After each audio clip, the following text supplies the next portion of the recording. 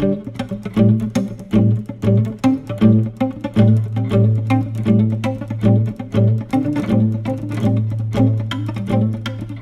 minha mamãe, ela sempre teve a casa muito cheia. Nós somos de uma família de 18 filhos. Deus levou 3, nós ficamos em 15 vivos. E nós sempre tivemos a casa assim, com bastante gente. E apesar de termos muita gente em casa, a nossa casa era de fato como o coração de uma mãe. Sempre cabia mais uma pessoa.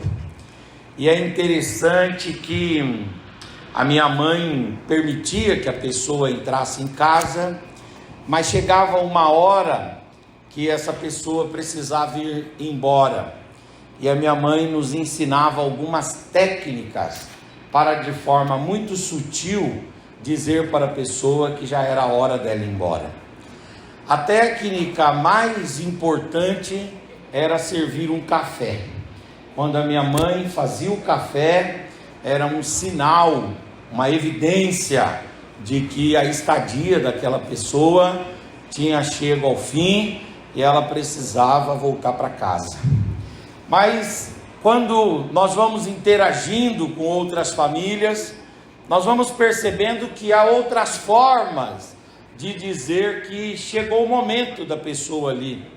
E alguém diz que se você colocar a vassoura atrás da porta, mas fazer a pessoa ver que você está conduzindo a vassoura e colocar ela atrás da porta, é um sinal que chegou o tempo da pessoa se levantar e ir embora.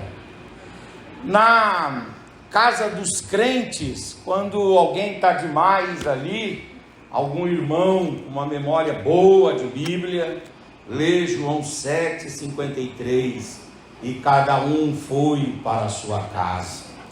E para bom entendedor, meia palavra basta, para quem sabe ler, um pingo é letra, e ao entender esse versículo, a pessoa vai perceber o que você está querendo dizer, que chegou a hora do tchau.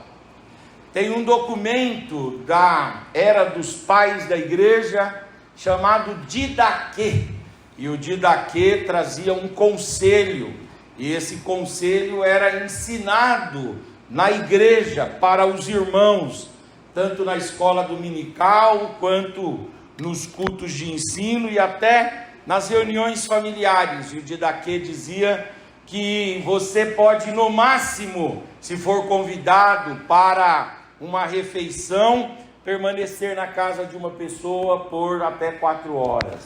Mas se você fosse convidado para passar uns dias, o Didaquê orientava 3 dias, e depois você já estaria incomodando. E é interessante que o Didaquê, ele concorda com o texto do sábio Salomão, quando escrevendo em Provérbios, ele diz: não fique muito na casa do seu irmão, para que ele não se enfade de você, e ele se enoje de você por causa disso, e você acabe perdendo um amigo. Bom, eu não vou falar sobre esta consciência que nós devemos ter para ir embora, mas eu quero falar sobre esse versículo que diz que no final de um certo dia, ali na região de Jerusalém, o texto diz que cada um foi para a sua casa. E é interessante que esse texto, essa narrativa de João, ela marca o fim de um dia, e um dia muito estafante, um dia muito exauriente, um dia muito complexo de Jesus, aquele dia chamado de dia do estresse, dia da tensão, dia da dificuldade. E esse dia é retratado no Evangelho de Jesus, segundo escreveu o evangelista São João. Esse dia aqui não foi muito fácil, esse dia aqui não foi muito legal, foi um daqueles dias que com certeza poderiam ser esquecidos, mas ele está aqui narrado porque tem a ver com os dias que nós atravessamos na nossa vida. Esse dia de Jesus foi um dia muito difícil. E por quê? Porque Jesus, nesse dia, ele enfrentou problemas familiares. Se você ler o capítulo 7 do Evangelho de João, você vai ver que Jesus, ele teve que enfrentar a incredulidade dos seus próprios irmãos. Os irmãos de Jesus, os irmãos genéticos, os irmãos biológicos, os irmãos físicos, carnais de Jesus, eles não acreditavam em Jesus. Eles não acreditavam no ensino, eles não acreditavam nos milagres, eles não acreditavam na messianidade, eles não acreditavam na vocação, eles não acreditavam na unção, eles não acreditavam em Jesus, eles descriam em Jesus. E Jesus, ele tinha que lidar com a incredulidade dos próprios irmãos. Mas é interessante que esses irmãos aqui, conforme narra o evangelista João no capítulo 7, não só descredibilizam Jesus, mas esses irmãos de Jesus também, eles têm um certo preconceito com Jesus. Vejam só, a própria família agindo com discriminação, a própria família agindo com diferença, com acepção, a própria família de Jesus olhando para ele e o tratando com uma certa distância, com certas reservas. Por exemplo, o texto diz que os irmãos não acreditavam nele e que estes irmãos, sabedores que Jesus iria do norte, que era Galileia, da cidade de Nazaré, atravessar o país de Israel e chegar lá na região da Judéia, em Jerusalém, para a comemoração da festa do tabernáculo Sucote, a festa das tendas. Os irmãos de Jesus, para não serem confundidos pelos outros com Jesus, por preconceito, por discriminação, por acepção, eles enganaram ou tentaram enganar Jesus, dizendo: olha, nós não vamos à festa. E João diz assim: eles disseram isso porque não queriam a companhia de Jesus, eles não queriam andar ao lado, eles não queriam ser confundidos, eles não queriam ser reconhecidos com algum nível de parentalidade com Jesus. Então veja que Jesus, ele está atravessando um problema na sua família, um problema de descrédito, um problema de descredibilização, um problema de falta de confiança, um problema de pessoas que desconfiam de Jesus. Mas não só isso, essa desconfiança chega às raias do preconceito, às raias da discriminação, da marginalização, da acepção. E aí então Jesus, ele se vê um dia difícil, enfrentando um problema familiar. Finalmente Jesus, ele chega lá na Judéia, e quando ele chega na Judéia, ele vai participar da festa das tendas, que estava sendo comemorada ali na Judéia, em Jerusalém, o chamado Sucote, a festa dos tabernáculos. Tem a ideia de rememorar o período que os judeus passaram como peregrinos na região desértica durante 40 anos. Então os judeus foram motivados por Deus a comemorar a festa das tendas, dos tabernáculos. E eles estavam ali comemorando e Jesus chega. E aí Jesus procura o templo. E quando ele chega lá no templo, Jesus vai enfrentar um outro problema. Um problema relacionado ali aos gregos e aos romanos, porque os gregos e os romanos vão ficar de olho em Jesus.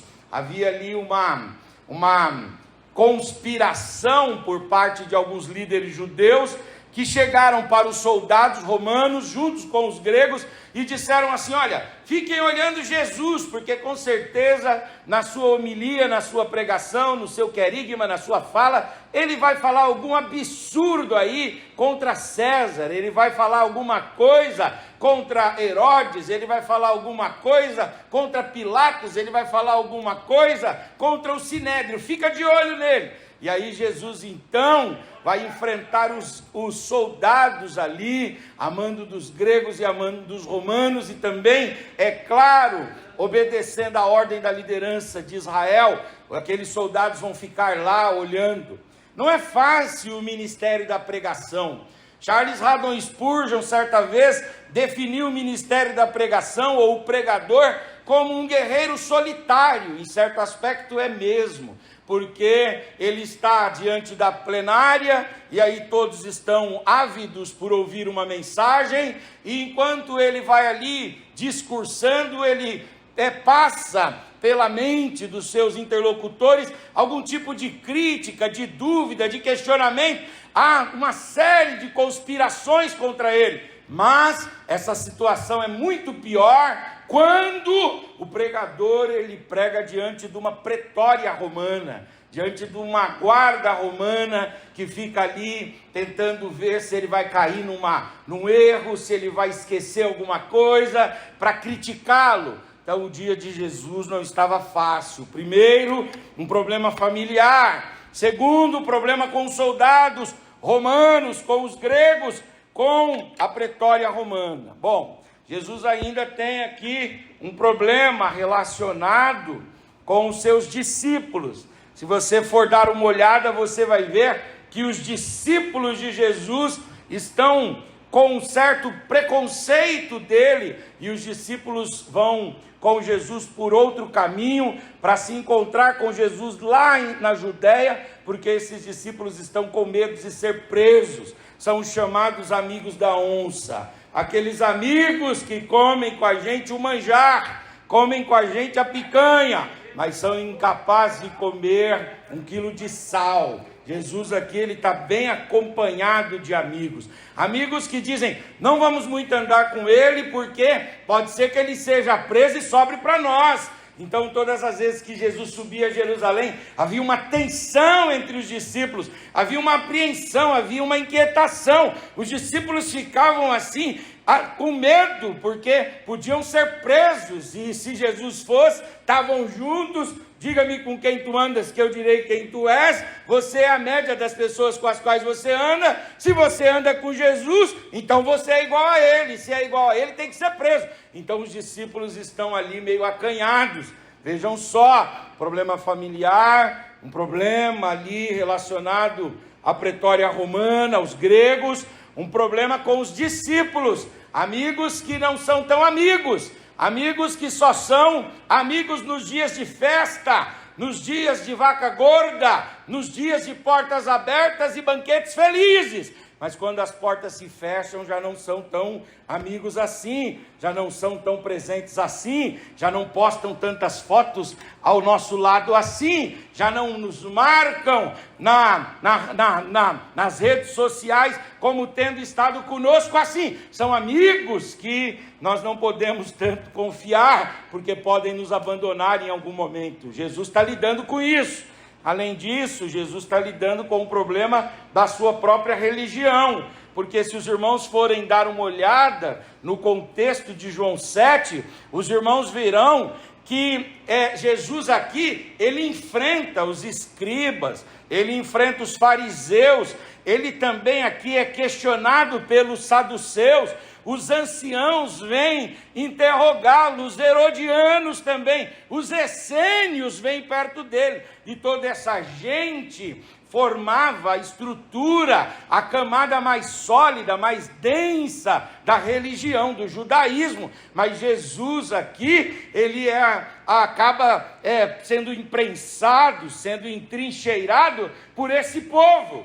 Bom, no final desse dia, depois de ter enfrentado uma luta com a sua própria família, depois de ter enfrentado a pretória romana, depois de ter enfrentado ali uma certa distância e uma certa frieza com os seus próprios amigos, e depois de ter ali uma dificuldade com a sua própria religião, porque Jesus, ele era sim praticante do judaísmo, ele era sim praticante de todas as práticas inerentes ao judaísmo, mas ele se vê ali entrincheirado, ele se vê ali imprensado por conta da própria incompreensão dos líderes religiosos. Bom, diante desse contexto, o que é que acontece no final daquele dia? No final daquele dia, cada um vai para a sua casa. Quem que vai para casa? Os discípulos vão para casa. Quem que vai para casa? Os soldados que estavam ali provocando uma tensão em Jesus vão para casa. Quem que vai para casa? Quem vai para casa ali são aqueles que pertencem à estrutura religiosa, eles também vão para casa, de modo que no final do dia o lugar fica vazio, no final do dia o lugar fica deserto, no final do dia Jesus fica ali de forma solitária. E aí para onde Jesus vai? Olha o que diz o capítulo 8, versículo 1, porém Jesus foi para o Monte das Oliveiras. É muito interessante que tem um pensamento que diz assim, que o que é ruim pode piorar, e um abismo sempre pode chamar outro abismo. Nunca duvide de uma luta, ela não é o final, ela não é o clímax, ela não é o máximo das lutas, porque uma luta geralmente é sucedida por outra maior, e uma luta é sucedida por outra maior, de modo que nós vamos enfrentando desafios maiores a cada passo, a cada ponto, a cada caminhada, a cada momento da nossa vida. E aí quando termina aquele dia estafante, extenuante, aquele dia exauriente, aquele dia difícil, o que vai acontecer? Cada um vai para casa. E aqueles que passaram o dia todo pressionando Jesus, aqueles que passaram o dia todo entrincheirando Jesus, fazendo pressão em Jesus, eles vão para casa. E eles vão para casa, eles vão tomar um bom banho. Eles vão para casa, eles vão se servir de uma boa refeição. Eles vão para casa e eles vão ter ali na companhia dele os familiares, os entes queridos. Eles vão para casa e eles não ficarão expostos à ventania e à queda de temperatura drástica ali da região da Palestina. Eles vão para casa e eles vão ter luzes durante a noite. Eles vão para casa. Mas Jesus, ele não tem casa para ir. Um dia ele mesmo disse que as raposas têm os seus covis, ele disse que as aves têm os seus ninhos, mas o Filho do Homem, e ele estava falando sobre ele mesmo, o Filho do Homem não tem aonde reclinar a sua própria cabeça. Jesus não tem casa. Então para onde Jesus vai? Ele vai para o Palace, ele vai para um dos hotéis da rede Hilton. Jesus vai para onde? Vai para um resort lá em Jerusalém? Não, ele vai para o monte. Por quê? Porque ele não tem casa e ele não tem dinheiro. Ele não é um desses megas pregadores, desses conferencistas internacionais, desses mestres em divindades que recebem milhões para pregar e para manobrar as massas. Jesus não é assim. Jesus não olha para as pessoas como seres humanos a serem explorados, extorquidos, seres humanos a serem tomados. Não, não, não. Jesus olha para os homens e vê os homens como ovelhas que precisam ser pastoreadas, que precisam ser alimentadas, que precisam ser cuidadas, que precisam ser servidas, que precisam ser amadas, que precisam ser protegidas. Jesus olha para os homens com um olhar de respeito, com um olhar de amor, generosidade, amizade e graça. E aí então Jesus, ele vai para a montanha. Lá na montanha ele faz ele faz de uma pedra o seu próprio travesseiro. É muito interessante, porque Jacó, em Gênesis 28, ele foge também do seu irmão, e em fuga, ele é obrigado a tomar uma pedra como travesseiro. Mas Jesus parecia que todos os dias estava em fuga, porque todos os dias que ele estava fora de casa, ele dormia ao relento, e ele dormia na montanha, ele dormia exposto ao tempo, e ele dormia colocando uma pedra sobre a sua cabeça, ou sobre a sua cabeça como travesseiro. Jesus, irmãos, ele tem um dia ruim e uma noite péssima, um dia estressante e uma noite mal dormida. Como é que Jesus devia estar no dia seguinte? Mal-humorado. Jesus devia estar bicudo. Jesus devia estar triste. Jesus devia estar assim, dizendo: não conversa comigo, porque olha, o dia não foi bom ontem, a noite também não foi legal, eu não estou dando bom dia para ninguém, bom só se for para você, para mim o negócio está feio. Mas não é esse o espírito que Jesus leva dentro de si, um espírito revanchista, um espírito reacionário, um espírito que retruca, que dá na mesma moeda. Não! Olha o que diz o versículo de número 2 do capítulo 8 de João: e pela manhã bem cedo, Jesus voltou para o templo, e todo o povo vinha ter com ele, e com todo o equilíbrio, com toda a sanidade, com toda a lucidez, com toda a compreensão e a inteligência, ele se assentava e ele os ensinava não com aspereza, os ensinava não com rebeldia, os ensinava não lhes jogando na cara, mas os ensinava como um bom mestre, como um bom pastor e como um bom senhor, a ponto de as multidões afluírem para lá, aprender com ele e receber da palavra, da virtude e da graça que vinha de Jesus. Aleluias, aleluias.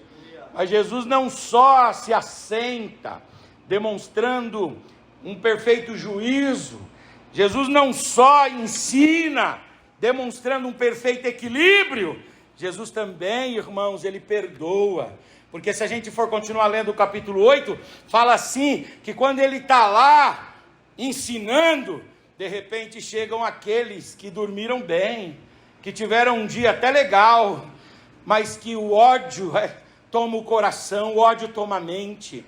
E aqueles escribas e fariseus trouxeram uma mulher em adultério. E o que é que Jesus faz?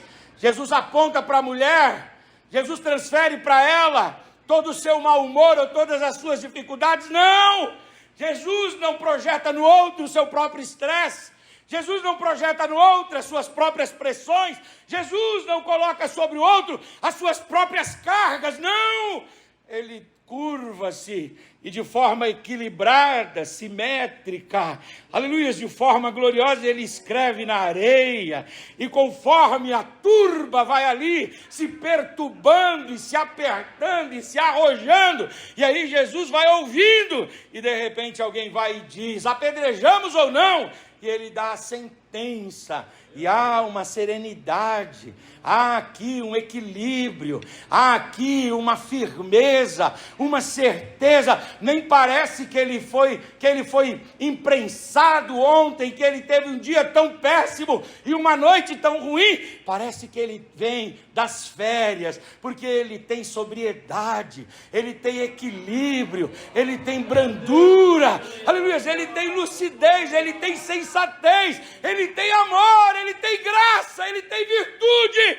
E ele vai e diz: aquele que não tem pecado, atire a primeira pedra. E aquela palavra entra nos corações. Nós não sabemos se ali tinham 100 pessoas, 150, 200 pessoas, mas uma palavra só atingiu de forma uníssona o coração de todos. E todos se calaram, e o texto diz: e começando dos mais velhos. Alguém disse, queridos irmãos, que quanto mais velho a gente vai ficando na vida, mais consciente dos nossos pecados nós vamos nos tornando, porque o texto diz: e começando dos mais velhos, um a um, foi largando a pedra, largando a pedra, largando a pedra, e todos foram embora. E aí o mestre da sensibilidade olha para a mulher e diz: mulher, ninguém te condena, eu também não te condeno, vai em paz e não peques mais, porque você está perdoada para a glória do Senhor. Aleluias, glória a Deus. O Senhor Jesus, irmãos, Ele tinha a capacidade de lidar com os estresses da vida. Ele tinha a capacidade de lidar com os dias difíceis. Ele tinha capacidade de lidar com os desertos. Ele tinha capacidade de lidar com os dias de céu, de fato e de verdade, de bronze.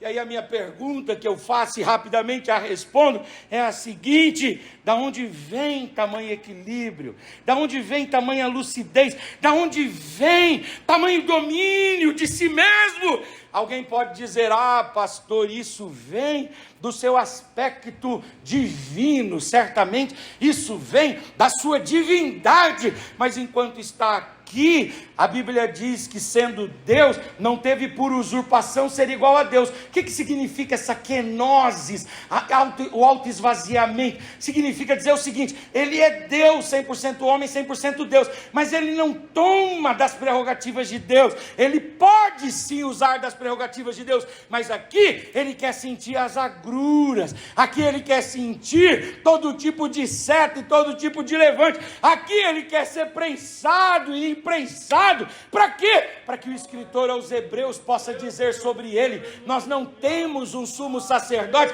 que não possa se compadecer de nós, antes um que como nós em tudo foi tentado, mas em nada pecou. Ele enfrentou todas as coisas como homem e triunfou como homem para a glória do Senhor. Então, da onde vem esse equilíbrio? Da onde vem essa força? Da onde vem essa capacidade? Da onde vem estes aspectos e esses atos que parecem metafísicos mesmo, parecem supra-humanos mesmo? Da onde vem? Advém com certeza de uma vida de Jesus, de oração.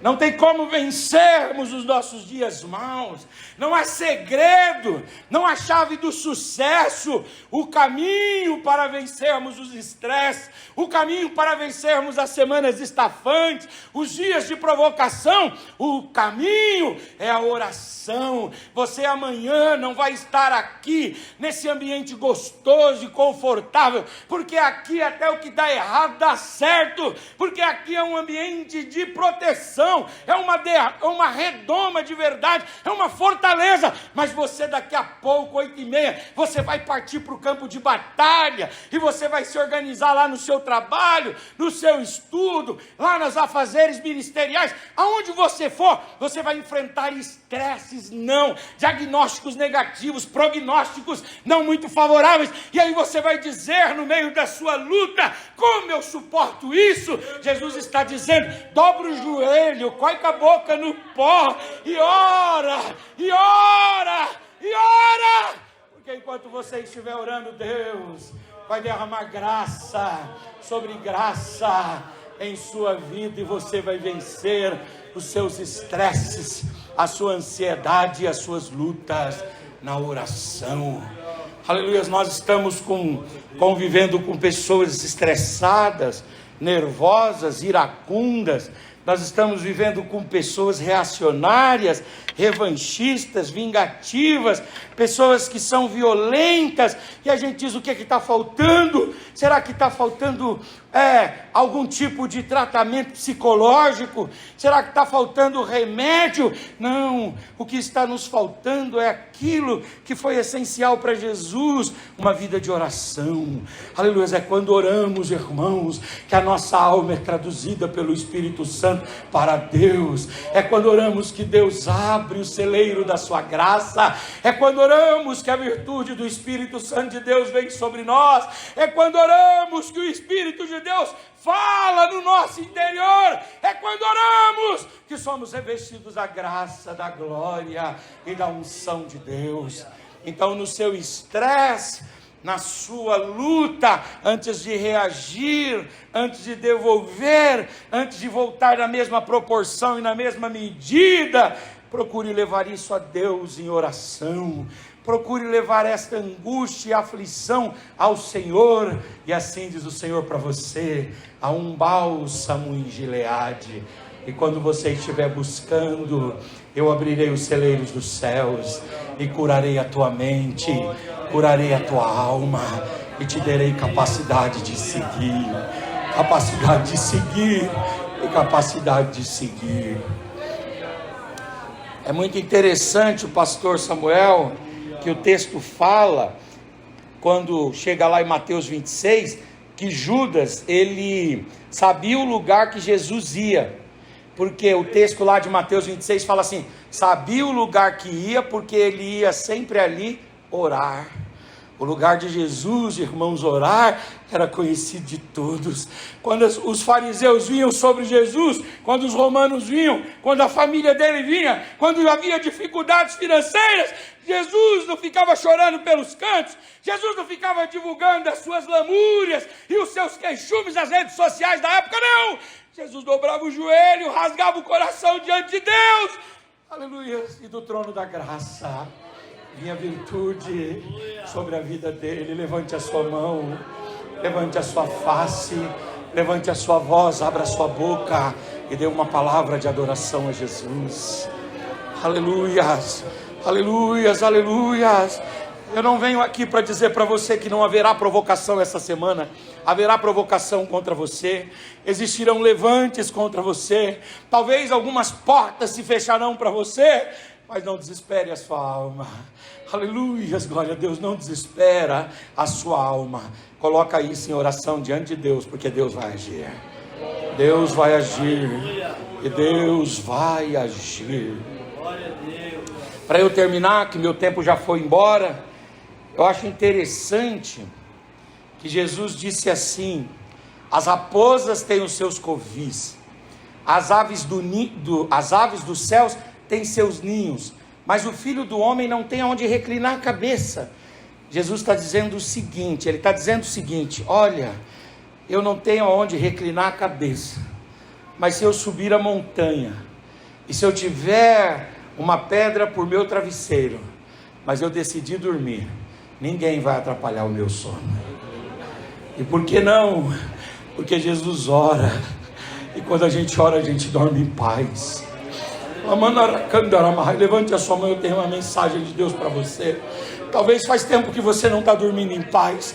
As suas noites têm sido perturbadas, incomodadas, aflitas, angustiadas. Assim diz o Senhor para você. Aleluia, confia. Aleluia, descansa. Entrega na minha mão e dorme em paz. Amanhã será melhor. Haverá uma provisão amanhã. Haverá um escape amanhã. Haverá uma resposta de Deus amanhã. Levante mais alta a sua mão. Levante a sua face. Levante a sua voz. E se a força em você, abra a sua boca e dê uma palavra de adoração ao Senhor.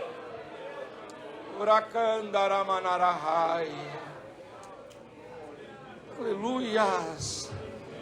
Aleluias. Jesus, irmãos, dormia tranquilo. Eu acho engraçado, porque o William Hendrickson, ele comentando lá, Mateus 8, ele fala assim, que, por que Jesus falou para os discípulos assim, lá na tempestade, homens de pequena fé? Por que Jesus os acusou de ter uma fé infantil, uma fé não desenvolvida? Aí nós temos algumas possibilidades. Por exemplo, pode ser que Jesus tenha dito isso porque eles demoraram para chamar Jesus. Então disseram, vamos tentar aqui com as nossas forças e capacidades vencer essa tempestade, aí a gente chama Jesus. Pode ser que Jesus falou para eles, vocês foram tardios em me chamar. Pode ser. Pode ser que eles tenham descrido, né? Eles não creram que Jesus era capaz de fato e de verdade, acalmar a tempestade. Então, quando eles convocam Jesus, eles falam, nós vamos perecer, mas não com aquela ideia de que Jesus de fato vai levantar e vai acalmar o vento e a tempestade. Mas o William Hendrickson propõe uma terceira opção, e eu acho legal essa. E eu acredito nisso. Ele diz assim, na verdade, Jesus disse, vocês são homens de pequena fé, porque na verdade não é que eles demoraram para chamar, ou porque chamaram não crendo, mas sim porque não confiaram a ponto de deitar e dormir em paz. Porque diga comigo, quem é responsável pelo barco? O marujo, o marinheiro ou o capitão? É o capitão. É o capitão que é responsável pelo barco. Se o capitão está dormindo, então cabe a nós deitarmos do lado dele e dizermos: Ele está no controle de tudo. Se Ele dorme, a gente dorme também. Se Ele descansa, a gente descansa também. Se Ele para, a gente para também, porque Ele está no controle de tudo. Levante a sua mão, eu tenho uma mensagem de Deus para você. Aleluia. Nesta semana, quando você enfrentar lutas, dificuldades, intempéries e problemas, ore a Deus e não deixe que nada tire o seu sono. Creia na soberania de Deus, porque Deus vai cuidar de você. Deus vai cuidar de você, e Deus vai cuidar de você em nome de Jesus. E aí eu queria terminar e queria que você pegasse na mão dessa figura bonita que está aí do seu lado. Eu sei que tem gente que não gosta disso, né? Mas nós gostamos disso aí. Olha para o seu irmão aí. Dizem que tem 3 classes de pessoas que não olham um no olho da outra: os falsos, que devem e os que vão pedir dinheiro emprestado. Se você não pertence a nenhuma dessas classes, olha para esse irmão aí, porque senão ele vai pedir algum para você para passar até dia 5. Ele vai falar: depois do feriado dos trabalhadores eu te devolvo, né? Olha para ele. Diga para ele: dorme em paz, porque o Senhor terá provisão amanhã. Diga: o Senhor terá provisão amanhã. Dorme em paz. Aleluia, glória a Deus. Descanse em paz. Haverá uma provisão de Deus amanhã. O vento de Deus soprará. Aleluia. E Deus vai derramar uma grande provisão sobre a sua casa, sobre a sua família.